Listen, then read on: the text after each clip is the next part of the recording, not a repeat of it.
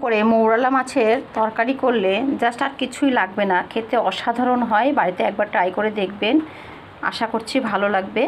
ভিডিওটি স্কিপ না করে সম্পূর্ণ ভিডিওটি দেখার জন্য অনুরোধ রইল। তো এরকম করে মাছ কিন্তু খেতে খুব ভালো লাগে। মাছেরটা একদম পেট ভর্তি ডিম আছে করেছি, খেতেও খুব সুস্বাদু হয়েছে। ঝোলটা চেখে দেখেছি আমি। তো বন্ধুরা,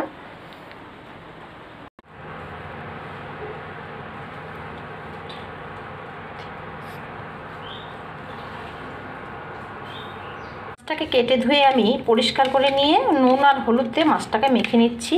এখানে উপকরণ নিয়েছি, আলু কেটে নিয়েছি, রসুন থেতো করে নিয়েছি, পেঁয়াজ কুচি করে নিয়েছি, কটা কাঁচা লঙ্কা, একটু টমেটো, একটা ছোট্ট টমেটো কেটে নিয়েছি।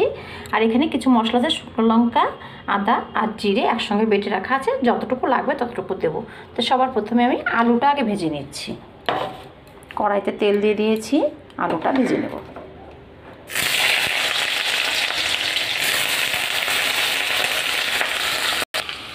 সামান্য একটু নুনটা দিয়ে আলুটা ভেজে নিচ্ছি, ভেজে তুলে নেব।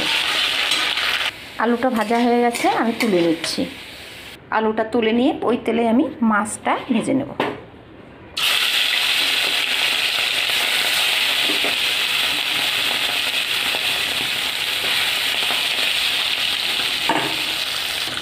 উল্টে দিচ্ছি।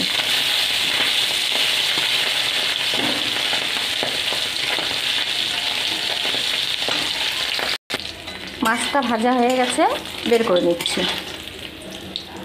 মনে হচ্ছিলো তেলটা কম হবে, আমি একটু তেল দিয়েছি। দিয়ে দিচ্ছি 5 ফোড়ন। ফোড়নের মধ্যে দিয়ে দিচ্ছি কাঁচা লঙ্কা, দিয়ে দেবো রসুনটা, কুচি করা রসুন। একটু নেড়ে চেড়ে নেব, নিয়ে দিয়ে দেবো পেঁয়াজটা। পেঁয়াজটা একটু লাল লাল করে ভেজে নিয়ে নেবে। পেঁয়াজটা ভাজা ভাজা হয়ে গেছে, এবার দিয়ে দেবো এই টমেটো কুচিটা। দিয়ে এবারে ভালো করে কষিয়ে নেব।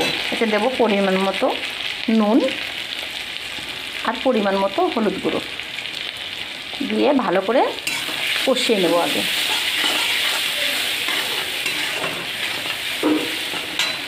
যখন দেখব টমেটোটা এরকম নরম হয়ে এসছে, তখন এই বেটে রাখা মশলাটা পরিমাণ মতো এখানে দেব। আমরা একটু ঝাল মশলা বেশি খাই, তাই একটু ঝাল মশলাটা বেশি দিচ্ছি। আপনারা যার জয় অনুযায়ী ঝাল দেবেন। এবারে ভালো করে এটাকে কষিয়ে নেব। যখনই দেখবো এরকম মশলা থেকে তেল ছেড়ে দিয়েছে, তখন আমি ভেজে রাখা আলুটা এর মধ্যে দিয়ে দেবো। দিয়ে সামান্য একটু জল দিয়ে আবারও একটু কষিয়ে নেব।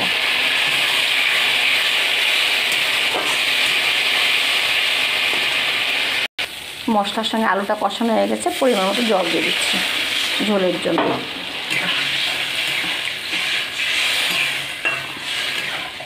ফুটতে ছেড়ে দেবো। ঝোলটা ভালো করে টকবক করে ফুটছে, এই সময় মাছটা ছেড়ে দেবো।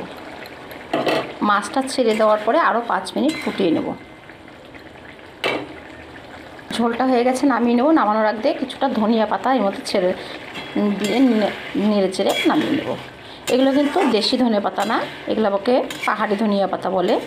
কিনে নিয়ে এসছে, ভালো লাগে কিন্তু খেতে। নামিয়ে নিচ্ছি ঝোলটা।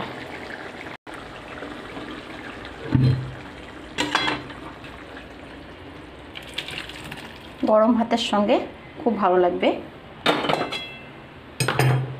রান্না শেষে খাবারটা বেড়ে নিয়েছি। এক টুকরো লেবু নিয়েছি, ভাত নিয়েছি, আর জাস্ট একটু মাছের তরকারি নিয়েছি। আর কিছুই নেব না, আমার এটা দিয়েই ভাত করে পেট ভরে ভাত খাওয়া হয়ে যাবে। তো বন্ধুরা, আজকের মতো এখানেই থাক।